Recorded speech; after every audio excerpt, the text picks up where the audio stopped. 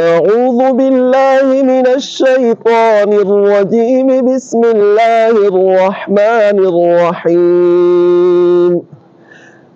تبارك الذي جعل في السماء بروجا وجعل فيها سراجا وقمرا منيرا، وهو الذي جعل الليل والنهار خلفة لمن أراد أن يذكر أو أراد شكورا.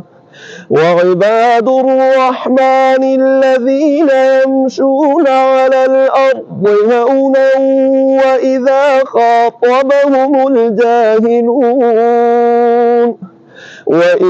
خاطبهم الجاهلون قالوا سلاما. والذين يبيتون لربهم سجدا وقياما، والذين يقولون ربنا اصرف عنا عذاب جهنم إن عذابها كان غراما إنها ساءت مستقرا ومقاما. والذين إذا أنفقوا لم يسرفوا ولم يقتروا وكان بين ذلك قواما. والذين لا يدعون مع الله إلها آخر ولا يقتلون النفس التي حرم الله إلا بالحق ولا يزنون، ومن يفعل ذلك يلقى أثاما يضاعف له العذاب يوم القيامة ويخلد فيه مهانا إلا من تاب وآمن وعمل عملا صالحا فأولئك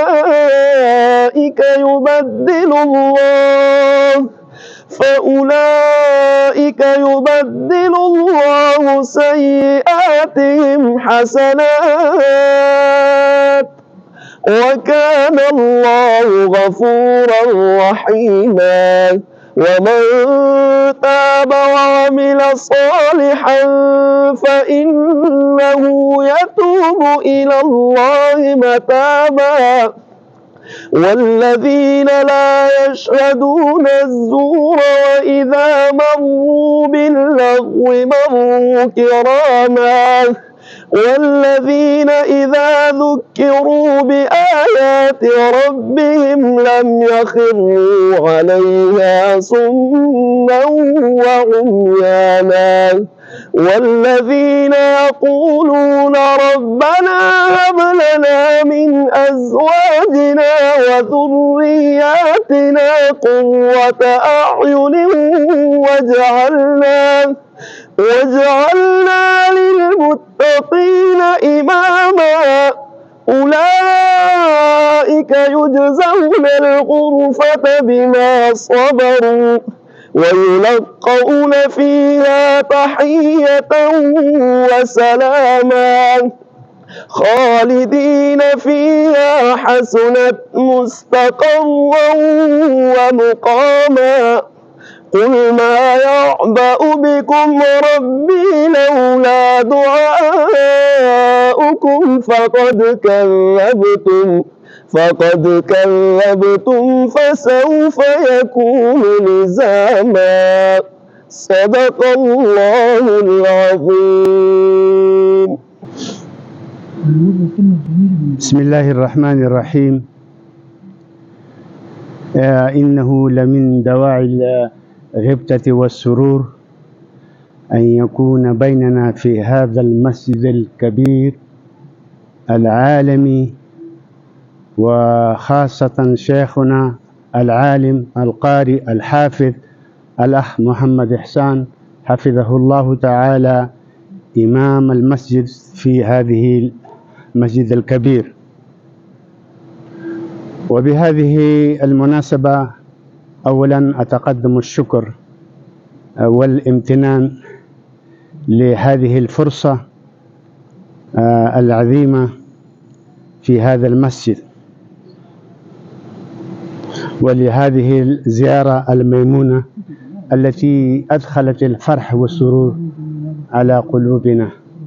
فنسأل الله سبحانه وتعالى أن يتقبل وأن يجعلنا من الذين يستمعون القول فيتبعون أحسنه، وأسأل الله أن يتقبل صلاتنا وصيامنا وسائر أعمالنا، وخاصة قراءة الشيخ الحافظ محمد إحسان، أن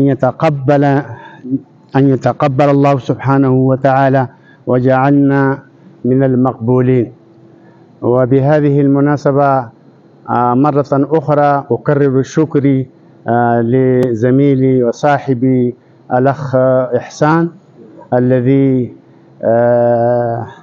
كنا جئنا لعنده وكرم الشيخ بالزيافة لنا، وشكرا للجميع.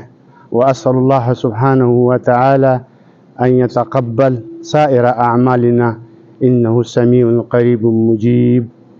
والسلام عليكم ورحمة الله تعالى وبركاته.